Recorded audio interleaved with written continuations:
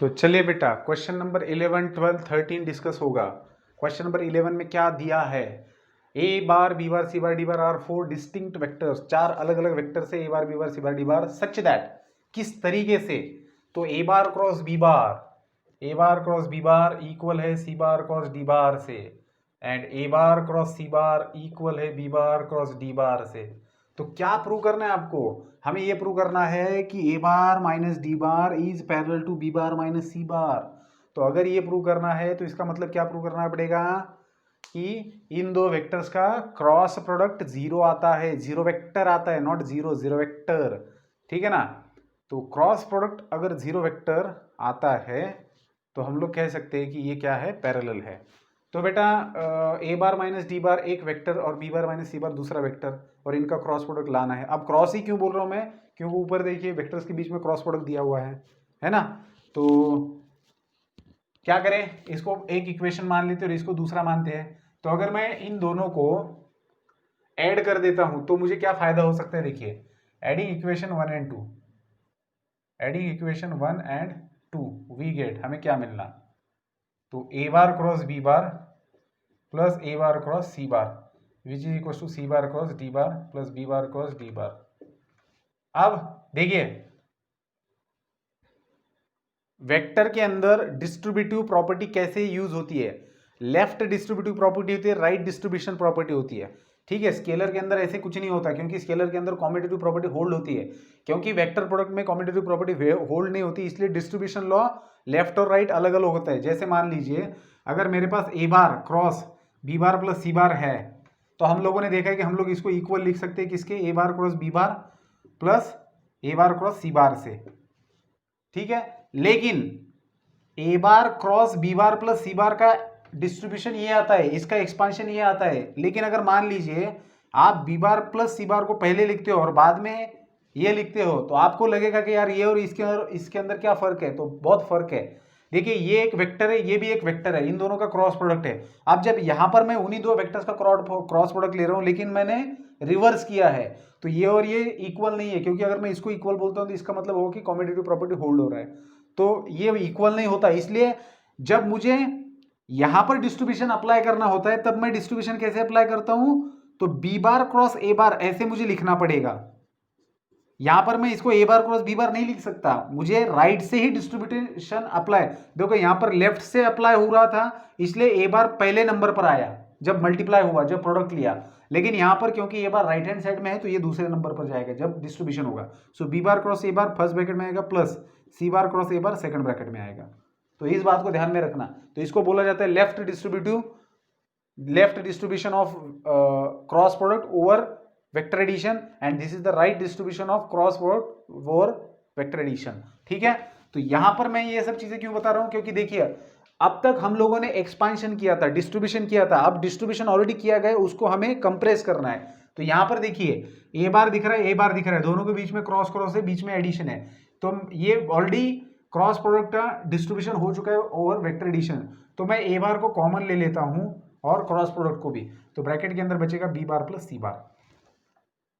अब बेटा यहां पर देखिए, यहां पर डी बार का राइट से डिस्ट्रीब्यूशन हुआ है, तो आप इसको कैसे लिखेंगे? आप इसको लिख सकते हो कुछ इस प्रकार से, समझ में क्या है? क्योंकि डी बार राइट हैंड साइड में है, तो राइट से डिस्ट्रीब्यूट हो रहा है। अब हमें क्या चाहिए था?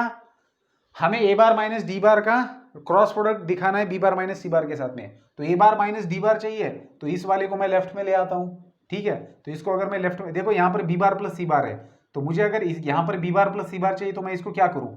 इसको मैं क्या करूं?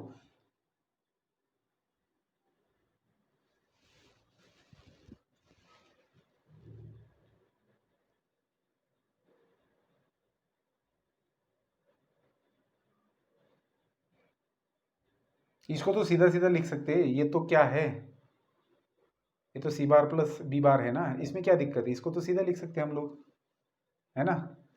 तो इसको तो बी बार प्लस सी बार लिखा भी जा सकता है, इसमें कोई दिक्कत वाली बात नहीं है, ठीक है। चलिए इसको लिया जाए अभी इधर,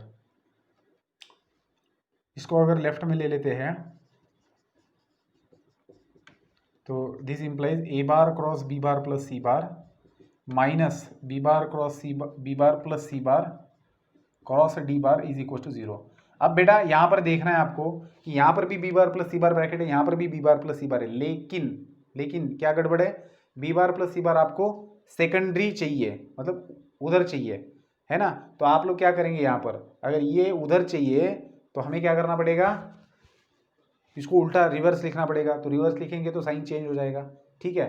तो चलिए, सो ए bar cross B bar plus C बार है मेरे पास, मैंने इसको उल्टा लिखा तो साइन चेंज हो गया, नेगेटिव का पॉजिटिव हो गया, that is B D bar cross B bar plus C bar, ठीक है। This is equal to zero. अब यहाँ पर जीरो वेक्टर लिखना है। देखो मैंने गलती से जीरो स्केलर लिखा था, क्योंकि वेक्टर क्वांटिटी अगर लेफ्ट में आ जाती है तो वहाँ पर जीरो नहीं बचता, सिर्फ जीरो नहीं बचता, जीरो बार बचता है, ठीक है। इस बात को ध्यान में रखना है जब आप वेक्टर क्वांटिटी को शिफ्ट करते हो दूसरे साइड में।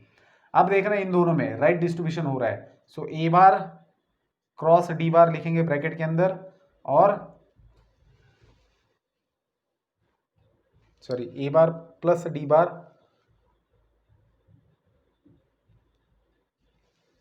Cross B bar plus C bar is equal to zero vector. तो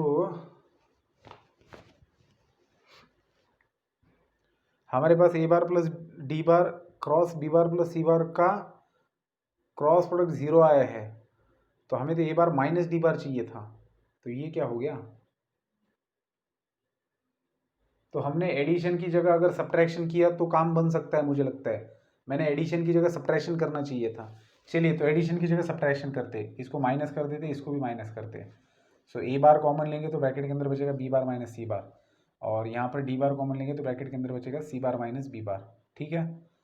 तो फिर ये ए bar cross B bar minus C बार, यहाँ पर इसको अगर उल्टा करूँगा तो नेगेटिव साइन बाहर आ जाएगा, ठीक है, बी बार माइनस सी बार, इसको उल्टा किया तो, और फिर इसको मैं लेफ्ट में ले आ रहा हूँ बी बार माइनस सी बार को, तो ये पॉजिटिव बन जाएगा। फिर मैंने इसको उल्टा किया तो ये नेगेटिव बन जाएगा, और यहाँ पर तो बी बार माइनस सी बार है, और ये भी बी बार माइनस सी बार, B bar minus C bar, ठीक है। तो अब सही बना ये, तो ए बार माइनस डी बार आएगा और B bar minus C bar, तो ठीक है। तो एडिशन की जगह हमें क्या करना था, सब्ट्रैक्ट करना था, सब इक्वेशन 1 माइनस इक्वेशन 2 करना था। तो इक्वेशन 1 माइनस इक्वेशन 2 करने से क्या मिला हमें, ए बार माइनस डी बार और B bar minus C bar का क्रॉस प्रोडक्ट जीरो वेक्टर आया है। इसका मतलब क्या होता है, इसका मतलब होता है कि A bar minus D bar is parallel to B bar minus C bar. समझे बात को, ठीक है। तो ये था बेटा क्वेश्चन नंबर 11 का सॉल्यूशन, इसको लिख लेना है, समझ लेना है अच्छे से।